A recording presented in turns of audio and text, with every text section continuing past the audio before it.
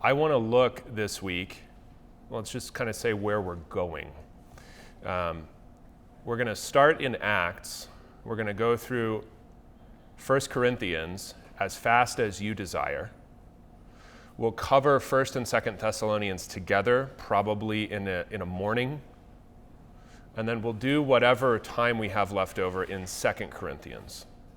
Let me say why we're doing that, then I'll do another housekeeping thing, and then we'll kind of get into this in earnest. The reason that we're taking that track is because without the historical narrative of Acts, Paul really is impossible to understand. He wasn't meant to be read against Acts or in spite of Acts, although often when you pick up a book on Paul, he is read in that way. A really good study in this, if you're interested, is to find a book on the chronology of Paul. They will be almost universally confusing and confused because they're trying to read Paul just through his own letters. And something in which Paul is relatively uninterested are what we would call administrative details, right? Paul was never intended for high administrative office in the church. He doesn't care when things happened. You can tell just from the beginning of 1 Corinthians where he says, I'm glad that I baptized almost nobody. Oh yeah, I also baptized this guy, but it's not a big deal, and just sort of hand waves that little detail away. So you need the chronology of Acts to set Paul in order, okay? So we're going to read them together the way that they are canonically intended to be read. If you're really interested in just sort of that facet of this class, which will basically just be today or parts of today, a guy to read after this class is a scholar named Reiner, like Rain plus E-R, Riesner, R-I-E-S-N-E-R. He is widely translated into English. He works at Tübingen. He's actually a Christian, so that's really good. And his earliest book, I think it's his doctoral dissertation, is Paul's Early Period, I think it's called. Off the top of my head, it's an Erdman's book. It's got a blue cover, so once you find that, you found the book. So that's where I'd go, because Riesner has a lot of insights about Paul, some of which I'll be sharing, but some of which are known only to him. What's the title again? I think it's called Paul's Early Period. Yeah.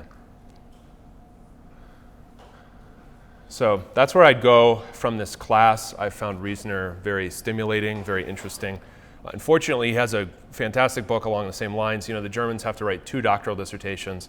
He wrote another book called In English, Jesus the Teacher, defending the historicity of the Gospels along the same lines. Very close reading of the Gospels, and it's never been translated. So if you have German, Jesus der Lehre can be found. You could get it from a university library or a seminary library. Or both seminaries will actually send you books for free, check them out to you, and send them to you for free. Not everybody knows that, so take advantage of it. The reason we're going from Acts into 1 Corinthians into 2 Corinthians is because the relationship with the Corinthians is the closest thing that I find in the New Testament to a pastoral relationship with a congregation. So if you look at Acts, Paul is all over the place all the time. He's moving relatively quickly. The exceptions would be shockingly brief if they were put on, one of our PIFs, right? 1 year in Ephesus. What happened after 1 year, Paul? The district president wants to know, but that's long for Paul, right? So often it's a matter of months. And he stays purposefully, as he says in various places, but 1 Corinthians 7 is an example. I'm foregoing my right to take a wife. He stays purposefully light in his travel, easily moved.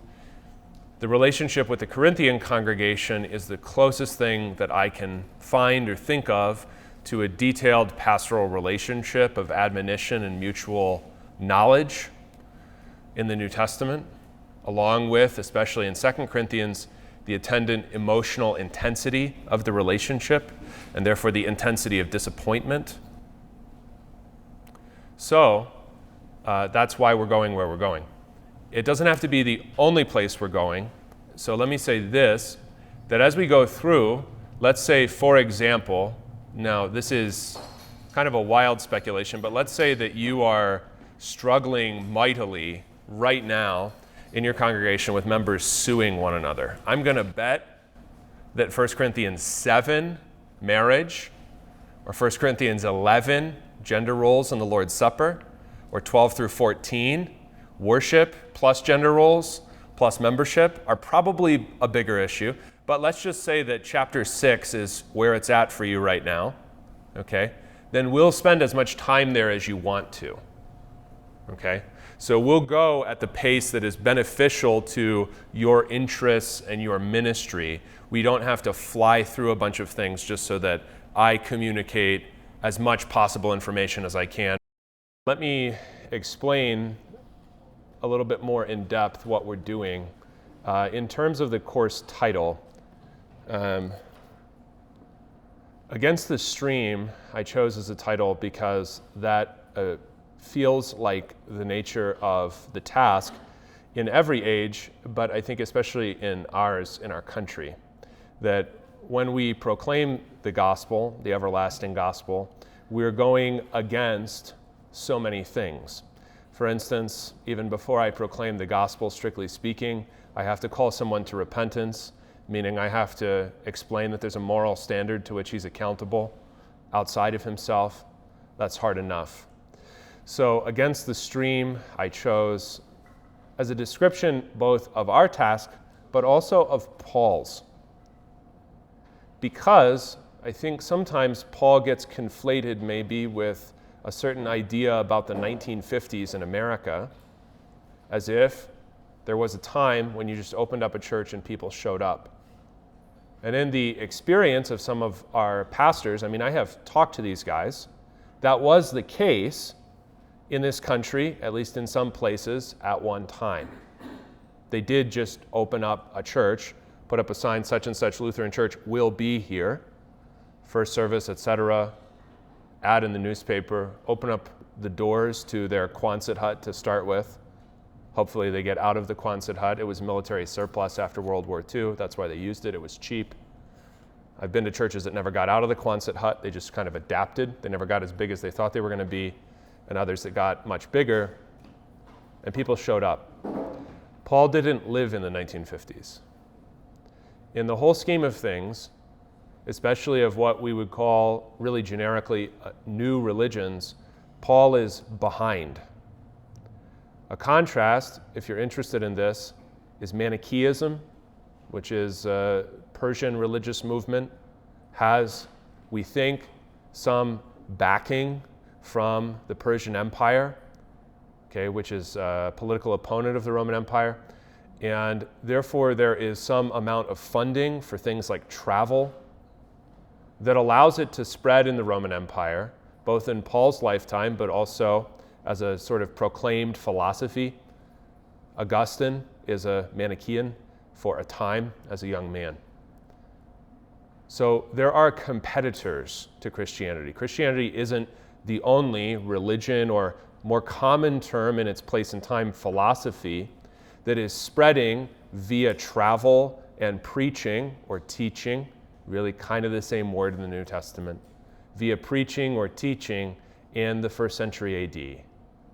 There are competitors, and they're generally better funded or are attached to more prestigious and widespread institutions. Another example of that would be Mithraism, which is a kind of a mystery religion surrounding a Persian cult of a slain bull and sacrifice by Mithras.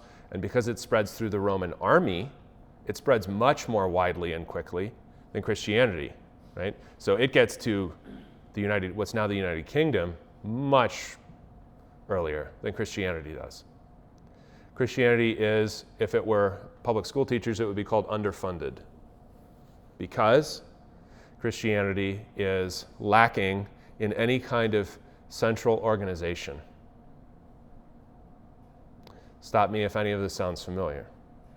There's no central organization to fund or promote the mission. That's why, as we'll find as we go through things like 2 Corinthians 8 and 9, but also other places, everything feels kind of ad hoc with Paul. Not the message, but all the stuff that makes the message go and go forth seems ad hoc. Okay. So he's going against the stream in the sense that he does not have the helps, the material helps to proclamation and to travel. I mean, travel costs money, it always has, that others do.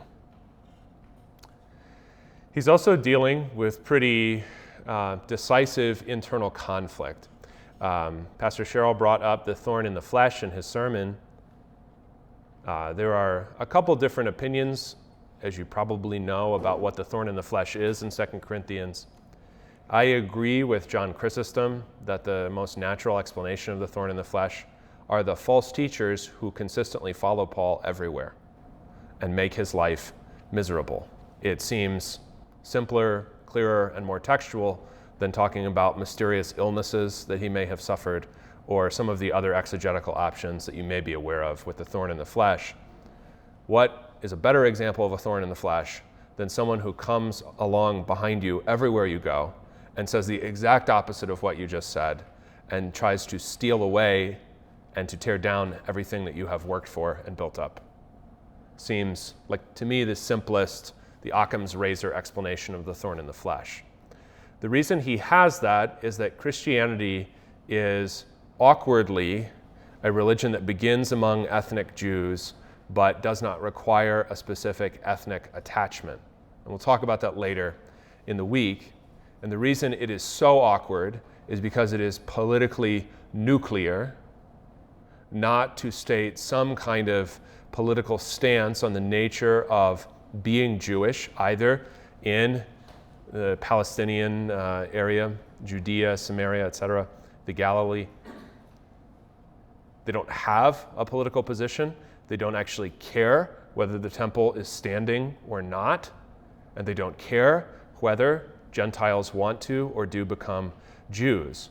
That's fine once you are mostly a Gentile religion. So long as they are not, it's an enormous issue. To me, the Jew-Gentile problem, which is in some ways the central problem of Paul's ministry, alongside all the others, and Paul likes to tell you what's wrong, okay? So we'll find those lists later in the week. But I would say that is really the central problem. It's a really good example of a difficulty that I think we often have when we read Paul, bless you, that we often have, which is it's very hard for us to communicate to others the specific practical problems that we have in our ministries because they're often so contextually specific. It might be a generic issue, right? So the Jew-Gentile issue has to do with cleanness. It has to do with justification, okay? So it can be discussed in purely theological terms, but the reason the problem occurs cannot be discussed in purely theological terms because it has to do with people's personal issues, motivations, politics, all of this sort of contextual stuff that is hard to explain to other people. Why, for instance, would a congregation in northwestern Colorado be different than a congregation in Denver? Well, I don't know. I mean, you could guess, you could have some explanation, you could talk about differing politics. Okay, would it be comprehensible to someone who doesn't know anything about that? Maybe. And when you talk about Jew and Gentile, when you're teaching or you're preaching, it often goes just not so much over people's heads as just they're not interested. And I understand why they're not. Because it's a really specific pastoral problem that you would run into if you were doing today Jewish evangelism, but otherwise you probably wouldn't, because nobody cares. It's an investment and even a distinction that really only makes sense if you are ethnically Jewish to define yourself over against everyone else in the world. So what we're looking at this week is like that problem in being, I would say, the practical, but I think unfortunately too often the unknown side of Paul's ministry. That is, we pay a lot of attention, and we structure our seminary course in Paul this way too, where we do Galatians and Romans. And that's good to know, but those are even sometimes taught apart from the practical problems that Paul has. And that's a view of Paul that is generally unhelpful once you have begun to state the doctrine of justification clearly, because now you're sort of done with Paul. Why do you have so much Paul in the New Testament? Why do you have a letter like Ephesians or Colossians or 2 Corinthians? I think part of the gift of the Holy Spirit in putting those things in the canon is that they are immensely helpful for understanding what you are doing day to day in the ministry, what problems you might encounter, and how they could be handled. And you can see those things if you look at Paul not primarily as a writer, but primarily as a missionary. That's why I used missionary as an adjective in the course title, that the gospel he's proclaiming is a gospel proclaimed not by someone who primarily needs to write, but who primarily, and in fact calls a curse down on himself if he does not preach. The letters are letters that have to be produced along the way to keep the entire enterprise in Corinth or Thessalonica or wherever on the tracks. I told the Bible class here yesterday something that I think is very insightful. I said 1539. It could be 1539, could be early, very early, 1544. Luther has a preface to the New Testament where he sort of explains why he thinks the New Testament exists.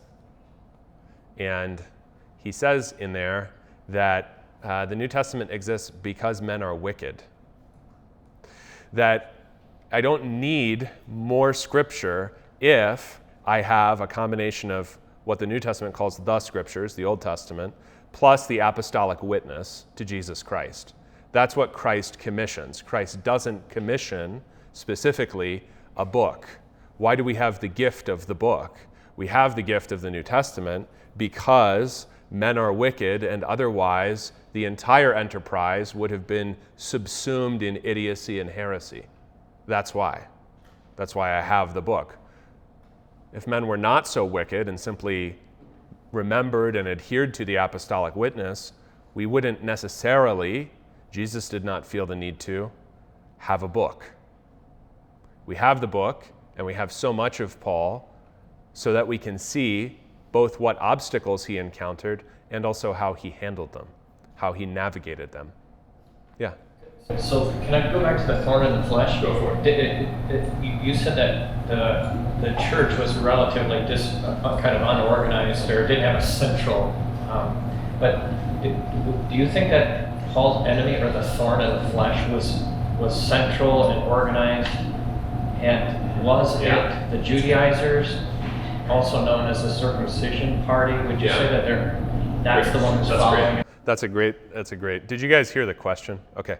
So that's a great thought, because I can't say, yeah, definitely they're centrally organized. They very well could be, and Paul will describe them in Galatians as certain men from James. And that's a really ambiguous preposition. Did James send them? And did he send them sort of to check on things but not to interrogate? Or did he send them to interrogate? Or were they merely associated with James? And then James would disavow them if they returned and said, we did X, Y, and Z. And James said, no, that's not, we don't need to make them do that. They could be centrally organized. The reason they don't have to be is that the difference between being a Jew and between being a Gentile is that if you are a Gentile, you have nothing in common with other Gentiles except that you're not a Jew. That's it. And if you don't know enough Jews, you don't even realize that you have in common being a Gentile. Paul is always going into situations that are necessarily disorganized because he's not organizing people along prior obvious political or ethnic lines. A Judaizer has pre-existent political and ethnic commitments he can call upon when he says, you need to adhere to the law, you need to do this, You need to be circumcised. So I think they have a greater degree of organization than the church, properly speaking. Let's say the gospel Paul proclaims, but they don't need to because they already have so much that they can call upon because they have hundreds of years of political and ethnic, those are really the same thing, history to make claims upon people. So they show up and they say, you're betraying your fathers, if you're on the 3-year, you had this yesterday, you're betraying the tradition of the elders. So, if you do that, that's wicked, and here's how to not be wicked. So they have, I think, in that way, a head start both on their messaging and then probably also on their organization. Yeah. Yes, sir. So would you compare that to today's world, to the Taliban, the ISIS groups, and how they have that history, that culture, that religion, that makes them automatically want to coalesce together and fight what they deem as their... Yeah. I would compare that today to our media, in that what they have is a constant capacity to put out messaging that calls people together and organizes their identities, right? And so the Taliban is actually largely ethnically specific. They're Pashtun. And they're just trying to sort of maintain some kind of political control. I think they're a plurality. They might be like 40% of the Afghan population.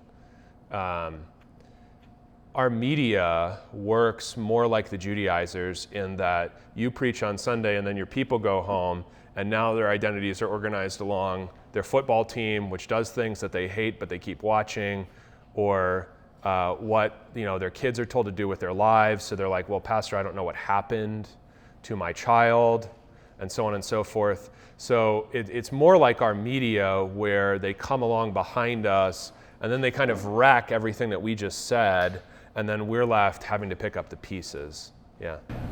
Were the synagogues among the diaspora organized in any way that we know? Yeah, the synagogues that are in the diaspora, the biggest community of that Paul never goes to, which is Alexandria, Egypt, and then that's kind of an interesting question for later maybe.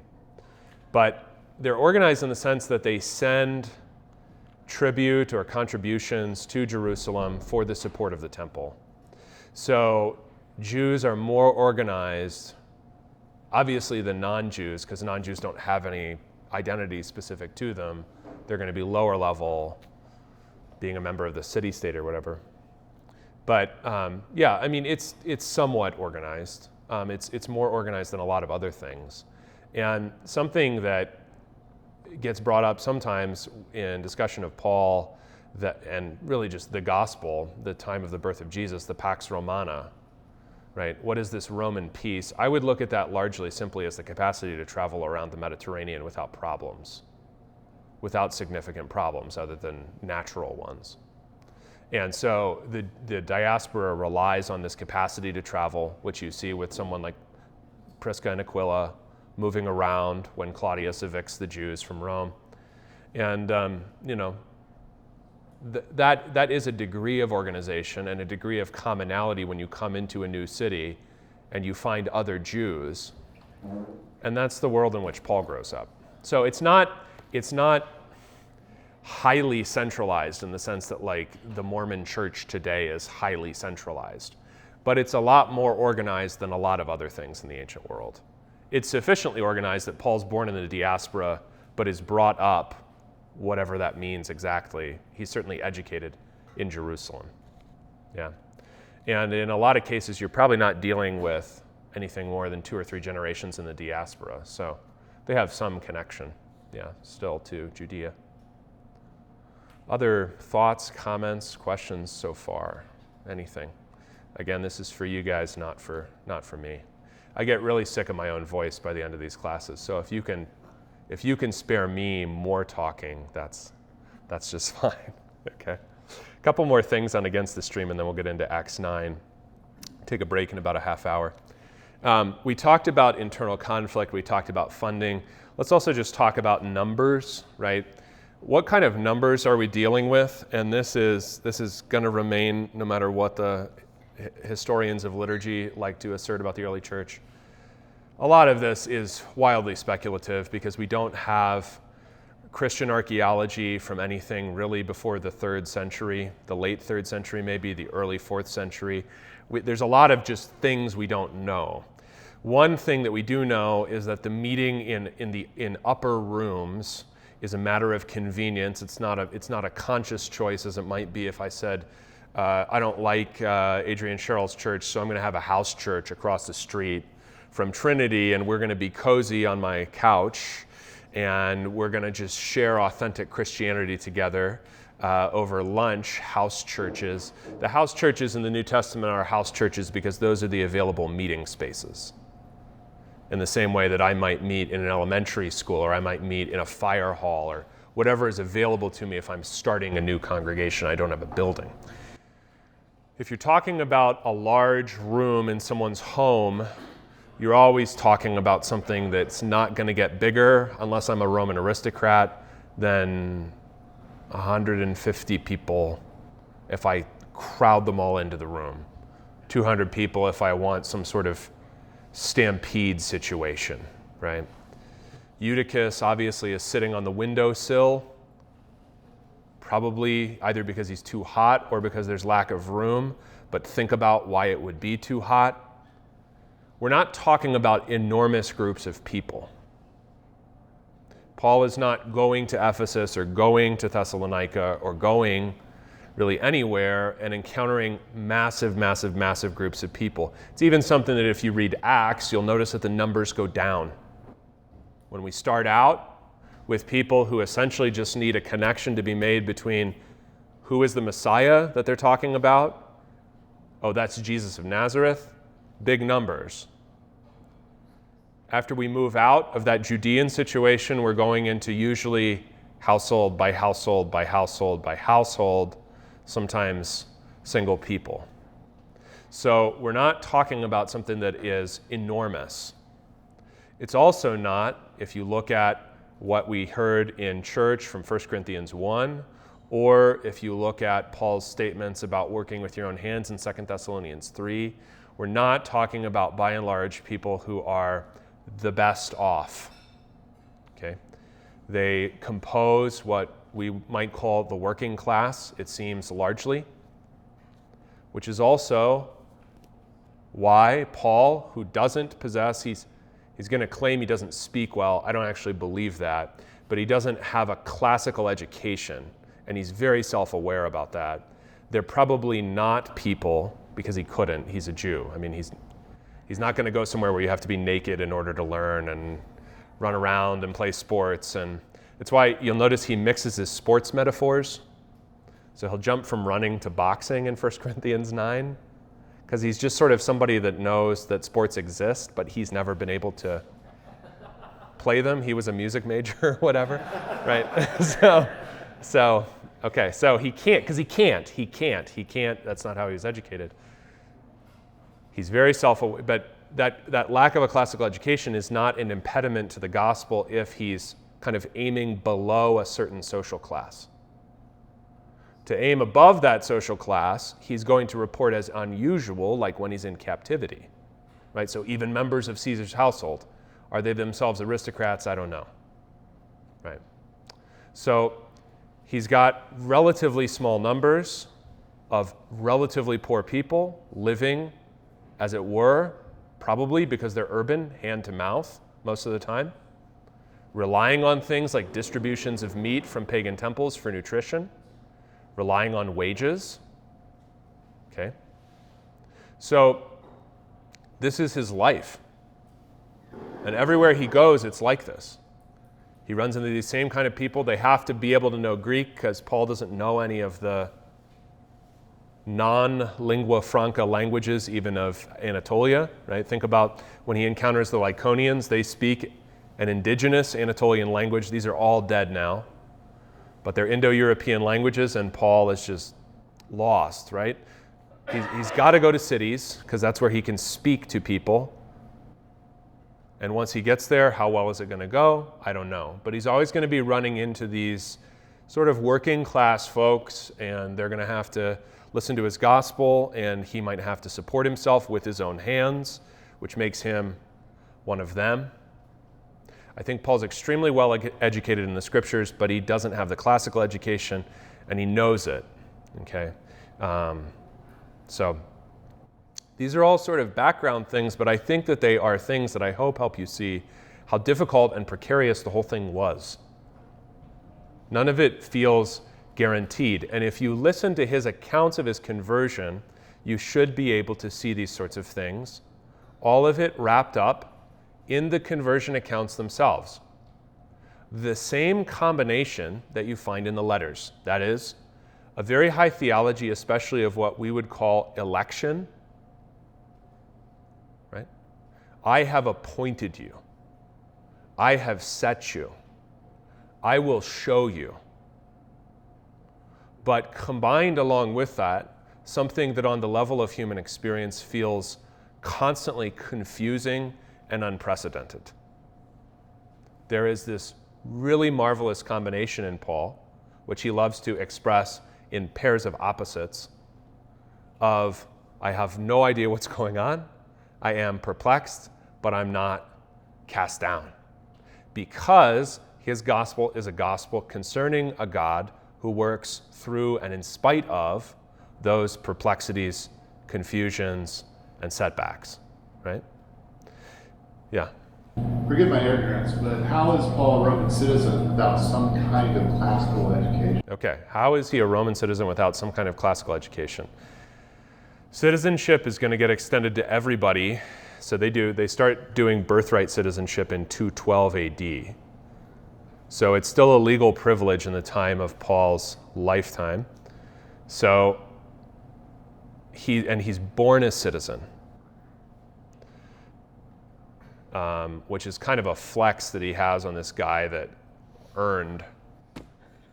I was born in America, you know. Right, okay, so Paul does that. He's willing to do that. And he tells ethnic jokes when he says the Cretans are all liars. So Paul probably drove a truck with flags on the back or something like that. Okay, so anyway, all right, that's on the tape, that's fine. This is a conjecture, but here's my conjecture. Citizenship would have to be earned, so now I have to find a point where a Jew's life in Paul's family conceivably would have to intersect with service to the empire.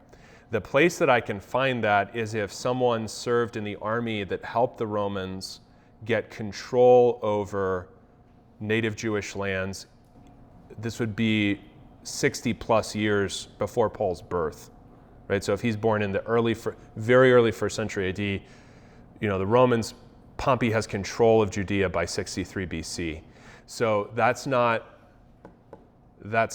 Paul's father, that's Paul's grandfather. So my conjecture is that Paul's grandfather is among the Jewish troops who, because the Jews, as you know from the Old Testament, Jews are constantly politically divided, even when they have control over their own land, let alone when they don't. So, and Pompey has come in to resolve a civil war between two Herodians. So Paul's grandfather would have been in the army that helped the Romans gain control over Judea and would have been given citizenship as a gift. Okay, that seems reasonable. Mm-hmm. Yeah. And so then the explanation, then all you have to figure out is, well, how did they get to Cilicia? And that's really not that hard. It's not that far from Judea. It's a place of much greater economic opportunity. Paul notably has an urban handicraft, so Paul doesn't know how to farm. He knows how to make something that you have to sell in a market, leather goods, tent maker. So he's raised in the city. He's a city guy, speaks Greek. Could have been his grandfather, easily also could have been his dad, right? Because Tarsus is a kind of a place that there are a lot of people, but nobody's really from. You know what I mean? So it's like Tarsus, the analogy I use with the guys in class is Tarsus is like Tampa, Florida. Like I have met people who were born and raised in Tampa, but not that many, and it's kind of a nice place to be, but it's only been around for 100 years. That's Tarsus. It's very wealthy. Nobody's from there. So, yep. Other questions or thoughts right now so far? All right. So let's go into Acts 9 real quick. And something that I'll be using throughout the week is synopsis of the Pauline letters, edited by a man named James P. Ware, W-A-R-E. I have found this immensely helpful, just a really great book. And he treats Acts as if it's actually historical. So we enjoy that. All right. So Acts 9, 1 through 22. Okay. So this is Saul, still breathing threats and murder against the disciples of the Lord, went to the high priest and asked him for letters to the synagogues at Damascus, so that if he found any who belonged to the way, men or women, he might bring them bound to Jerusalem. This is central organization. The Jerusalem High Council, Sanhedrin, which is just an Aramaic version of symbolion, the Greek word for a city council. That's all it is. It's the city council. They are doing something that Paul will actually do after his conversion, which is using letters to link communities together and to accomplish some task. The task here is a task of violence. Okay? And the phrase men or women is intended to indicate the severity and the insanity driving Paul, that he would treat women as a kind of physical threat, needing to be jailed and potentially physically punished or killed. Now, as he was going along and approaching Damascus, suddenly a light from heaven flashed around him, and that word in 3, periestrapsen, is used generally just for lightning. So Paul's conversion is pictured much like the mind-expanding, shocking, confusing callings of the Old Testament prophets, especially in this case, Isaiah, where there is light, or as in Ezekiel 1, there are creatures, things happening, things I do not understand. I'm going to use analogies to weather or to jewels, but they're not going to capture what is actually happening. So what you're seeing here is an intervention, the like of which actually doesn't occur anywhere else in Acts. It's a kind of prophetic intervention in the course of history.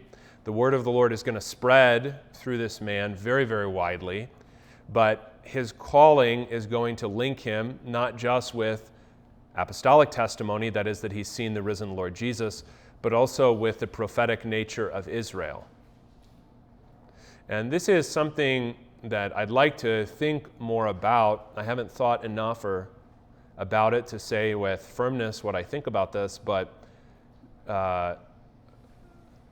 to evaluate Paul as someone who came unto his own and his own received him not is to evaluate him solely in Israelite terms. That's their own word, that they don't call each other Jews. When they talk about themselves to themselves, they'll say Israelite. Paul will say, I am an Israelite of Israelites. To evaluate him as an Israelite purely is to see him as somebody who tried to preach to his people and they did not receive him. So when you're reading something like Acts 22, I think you should read also the immense sadness and disappointment which he himself expresses concerning his own people, because he is perfectly set up to be an Israelite prophet. And that sadness you hear especially in Romans 9, 10, and 11, where he wishes that he could go to hell if it would mean his people's salvation. Yeah. Because he should be a kind of, first century AD Isaiah or Ezekiel, but we know what their destiny was too, so we see that he does indeed line up with them, right? So the lightning is flashing around him.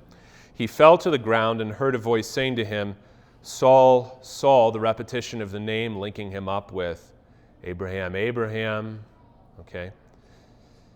Saul, Saul, why do you persecute me? The speaker identifying himself with the people who are being killed at Saul's hands and instigation. He asked, "Who are you, Lord?" It's a very wise question because he knows enough of the Bible to know that I'm having a Bible experience, right? I'm having a biblical kind of an experience, bless you. And so I probably am encountering God, but I just don't know who that is. There's an openness in that question, which is commendable. But he knows it's Jesus. Jesus is gonna say that. Well, why are you persecuting me? Yeah. Who's me? That's what Paul wants to know. Somehow he's persecuting God, but he doesn't understand that Jesus is God right now. And this I think has to do with the once we knew Christ kata sarka, according to the flesh. What does Paul mean by that? Because think about the requirements for an apostle. They actually lay them out when they're picking Matthias. And I don't like this. This feels like too clever by half idea that the apostles are being stupid when they pick. Maybe some of you guys think this. That the apostles are being stupid when they pick Matthias and they should have waited for God to pick Paul. Has anyone preached that? Maybe you didn't use the word stupid. Okay. You probably wouldn't say to the congregation they were being stupid, but maybe you thought they were mistaken. But I don't think they are. They're in fact not just picking another apostle. They're trying to complete the number of the 12, which is not all of the apostles. Matthias brings 11 back to 12. That's the idea. But we get the qualifications, which is basically he's been around and knows Jesus and his ministry. So all the stuff in the Gospels before the death and resurrection is not superfluous. He knows all that. He knows what's been going on with Jesus. He knows what Jesus taught, and he has seen him, the risen Lord. That's actually a pretty big number. We know from 1 Corinthians 15, there's hundreds of guys that could be qualified. Matthias is chosen by lot. What does that mean about Paul?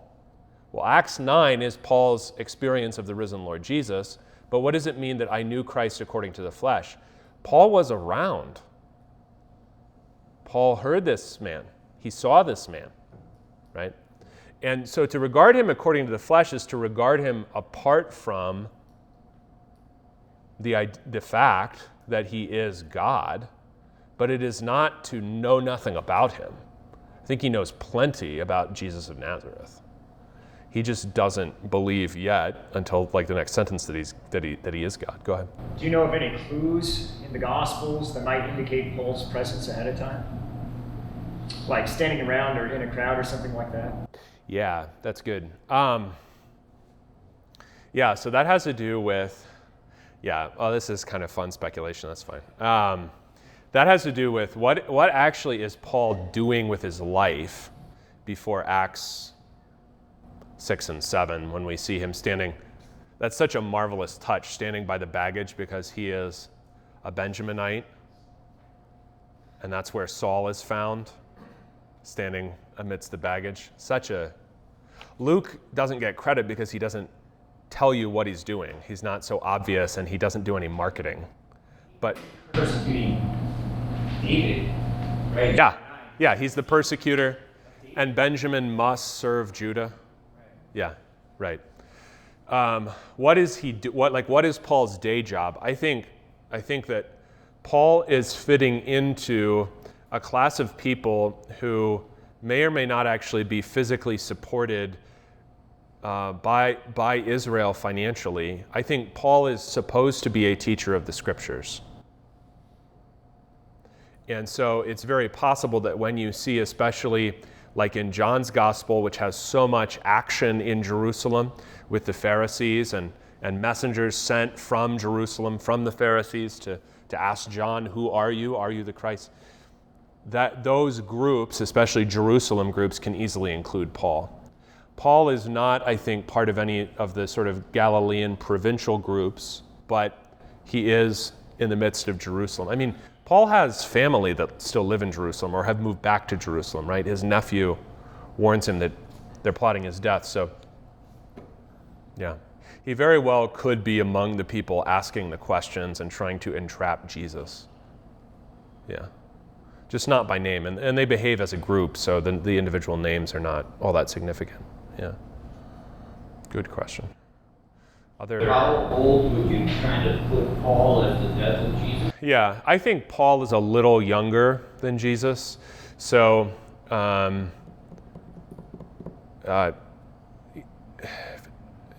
get a not quite perfect copy, or just bite the bullet and buy the Andrew Steinman chronology book because it's really good.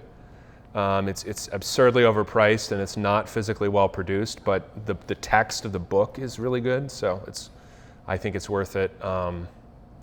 But if Jesus dies in 30 and is born between 6 and 4 BC, he's kind of mid-30s when he dies. And that has to do with the dating of the death. The two possible dates, 30 and 33, have to do with eclipses, and so Steinman will kind of cover all that. I think Paul is probably a little younger than that, but he could be the same age. The reason I think he's a little younger is that he's not more prominent in anything, and he has a sort of like a right-hand man role in the persecution of Stephen. And this is sort of dirty work that a younger man or a junior officer is supposed to do in Acts 9 in being sent to Damascus. I mean, the guy in charge of something doesn't actually have to physically kill anybody. So I think that he is an up-and-comer. He tells you in Galatians that he proekopten, he cut ahead like in a line of many in his generation. So, I mean, I think he is an overachiever no matter what he does, right? Like Paul would have been great at killing people. He's great at being an apostle. He would have been great at, selling merchandise off Amazon. Like he's just good at things, right? But yeah, younger. He's a younger man.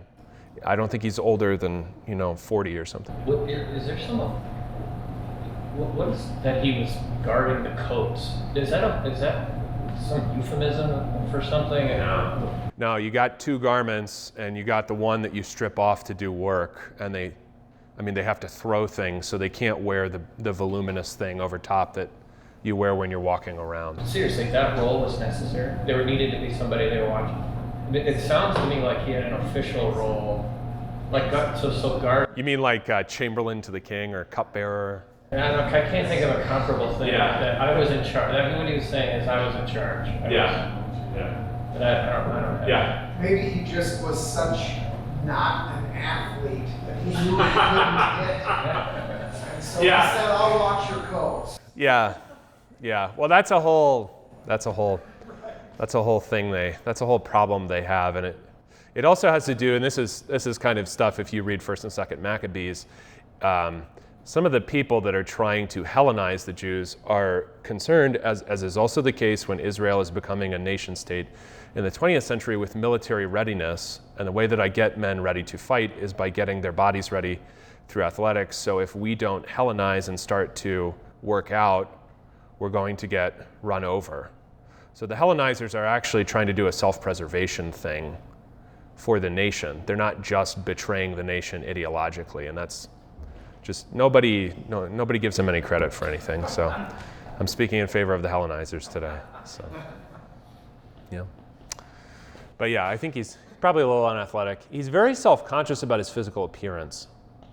We don't have the traditional icon of Paul does line up with the only physical description that we have, which is in an apocryphal Acts called the Acts of Paul and Thecla, which is just it's mostly just, there are acts of all these apostles. Everyone wanted to know more stories.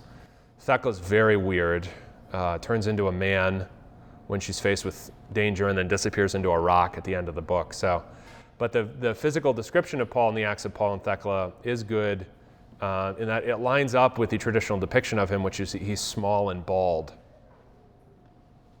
Well, he does mention where he shaved his head because of a vow. Because of a vow. Yeah. Not so bold. So, yeah, I don't have anything other than that on the physical appearance. But he's self-conscious about it, and he has this. Luther has this. I want to get this right. He is sort of like a lion. He's like a lion in print and then gentle in person, and Melanchthon is the opposite, where Melanchthon is gentle in print and then sort of stubborn in person, which is an interesting dichotomy. I think Paul is by his own account in 2 Corinthians not weighty enough in person. There's something about his personal presence that doesn't come through, and it's actually easier for him if he writes the letter. They might listen more. And there could be all sorts of reasons for that, but yep. Let's just do a little bit more. We'll take a break at 10:45, give you guys 15 minutes at that point. We'll finish up here in 9. So we are at, Jesus has to answer the question. Verse 5, who are you, Lord? The reply came, I am Jesus, whom you are persecuting. But get up and enter the city, and you will be told what you are to do. So notice that the intended travel plans are carried through, but not according to the nature Paul had in mind. Okay? The men who were traveling with him stood speechless because they heard the voice but saw no one. Notice it doesn't say they heard the words. Some people will say, the accounts of Paul in Acts themselves conflict. Paul says in 22, they don't understand. But they did hear, but it's sort of like the speech of God in John, where it just sounds like thunder, right? They don't comprehend. They don't hear the message that he does. Okay. Saul got up from the ground, and though his eyes were open, he could see nothing. So they led him by the hand and brought him into Damascus. For 3 days he was without sight and neither ate nor drank. This is sort of Paul's symbolic death. 3 days and nights, blind, unable to communicate, not going anywhere. Yeah, go ahead. Yeah. Back you up a little bit. Yeah. Is there any greater significance to the ego baby? I know. I thought somebody was going to ask that. Yeah. A lot of you guys have been mind infected by John, the Gospel of John. I'm just thinking of you talk about the bright light, the light class, the prophetic call. Yeah. It could be I am. Yeah. Sometimes an I am is just an I am. Yeah. Because the shocking thing in that sentence is not I am, it's Jesus. That's the shock, is that he was crucified and he's God. Yeah. So see, John organizes it and everyone likes John, and John is very beautiful, and then John gets to rule over everything else in the Bible because of it. So if you speak well, you can do whatever you want. That's the lesson to take away here. Because John, everybody loves John. So now there was a disciple in Damascus named Ananias. Luther's comment on Ananias is very sort of beautiful, which is, paraphrasing, everyone needs a pastor. Even Paul has to get baptized by somebody. Okay. And Ananias is going to come and go, and Ananias' fears are very reasonable. The Lord said to him in a vision, Ananias. So the phrase vision that I have here, horamati, en horamati, or horama, if I remember the nominative, this is a way that especially you're going to get breakthroughs in Acts, right? Peter's going to have a similar, or is going to have a similar experience with the vision of what is clean and unclean, right? Is that the vision, the horama in Acts functions the same way that the phrase in Hebrew tardema functions deep sleep that Adam and Jacob and others are put into in the Old Testament when marvelous things are going to be said or done. Okay? So the horama, what exactly this is physiologically, it could even be the same thing, honestly, as a tardema on just a pure biological level for a human being. But it's a state in which God is going to be contacting you, and in Acts, it's going to be this breakthrough state to show you something that's going to move the gospel forward. Okay? And notice that the vision for the gospel, for the word of the Lord to continue forward through the apostle to the Gentiles, the vision has to come to this man who's going to come and go here. We're not going to see or hear Ananias after this. Right? So what is revealed in the horama, and then we'll stop for a break. Here I am, Lord. Ananias is already faithful. Okay? The Lord said to him, get up and go to the street called Straight, notable because it is actually straight, unlike most of the other streets in the city. Get up and go to the street called Straight, and at the house of Judas, look for a man of Tarsus named Saul.